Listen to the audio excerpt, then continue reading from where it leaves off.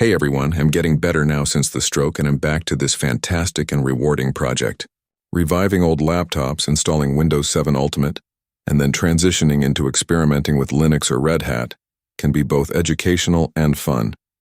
Here are some tips and ideas that I do to help me reorient myself and make the most of my journey. I hope you can join me here. And here are 5 tips I want to share with you in case you want to do what I do. 1.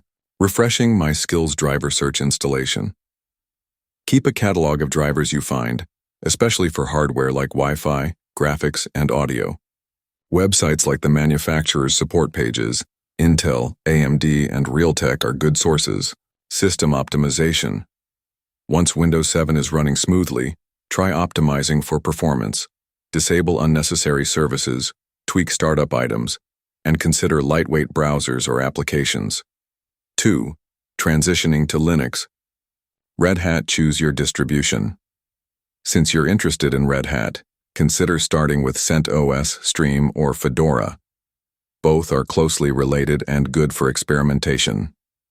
Red Hat Enterprise Linux (RHEL) itself is more enterprise-focused, but also a great learning platform. Dual boot setup. To keep Windows 7 as a fallback, set up a dual boot configuration. Use tools like gparted or the Linux installer to partition your drive accordingly. Live USBs VMs.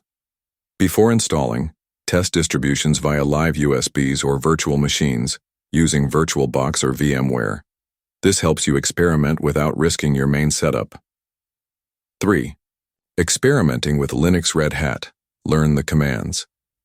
Familiarize yourself with the terminal, basic commands, package managers, DNF, yum, or apt depending on the distro, and system management. Software compatibility. Test your favorite software and tools. Many Windows applications can run via Wine or Proton, but native Linux alternatives are often better. Red Hat ecosystem. Explore RHEL subscription model, official repositories, and enterprise features. Red Hat's documentation and community forums are very helpful. 4. Project Ideas Innovation Media Center. Turn an old laptop into a media server or gaming console with Linux-based software like Kodi or Steam. Network projects. Set up a home server, NAS, or firewall with Linux. Development environment. Use the old hardware for coding, testing, or learning new programming languages and frameworks. Automation IoT. Experiment with scripting, automation, or even connecting with IoT devices. 5. Then I document my progress.